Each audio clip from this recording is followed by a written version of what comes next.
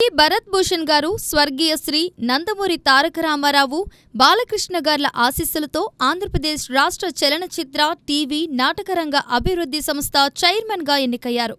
సినిమాలపై మక్కువతో 20 సంవత్సరాలుగా డిస్ట్రిబ్యూషన్ ఫీల్డ్లో ఉంటూ ఎన్నో విజయవంతమైన సినిమాలను ప్రేక్షకులకు అందిస్తూ వచ్చారు భరత్ భూషణ్.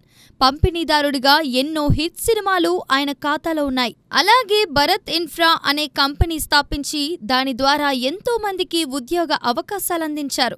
వారి జీవితాల్లో వెలుగులు నింపారు భరత్ భూషణ్ గారు. ఈ విధంగా చిత్ర పరిశ్రమకు ఆయన వంతు సేవలందిస్తూ ఆపదలో ఉన్న వారికి అండగా నిలబడి తెలుగు ఫిలిం ఛాంబర్ ప్రెసిడెంట్ గా అహర్నిశలు కృషి చేస్తూ తనదైన శైలిలో అటు పరిశ్రమ తరపున ప్రభుత్వానికి, అలాగే ఇటు చిత్ర పరిశ్రమలో ఉన్న చిన్న స్థాయి సమస్యల నుండి కార్మికుల సమస్యల వరకు ప్రతి చోట, ప్రతి విషయంలోనూ ఆయన కలుగు చేసుకుంటూ ప్రతి సమస్యను తీరుస్తూ వచ్చారు. కార్మికులకు, డిస్ట్రిబ్యూటర్లకు, నిర్మాతలకు ఎటువంటి సమస్య వచ్చినా న్యాయపరమైన చర్యలు తీసుకొని వారికి తలలో నాలుకలా మారి ఎవరూ నష్టపోకుండా అందరికీ మంచి చేస్తూ వచ్చారు.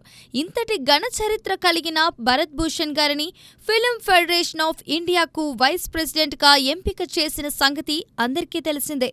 ఇది ఇలా ఉండగా ఇప్పుడు ఆంధ్రప్రదేశ్ ప్రభుత్వం భరత్ భూషణ్ గారిని రాష్ట్ర చలనచిత్ర, టీవీ, నాటకరంగ అభివృద్ధి సంస్థ చైర్మన్ గా నియమించడం హర్షించదగిన విషయం.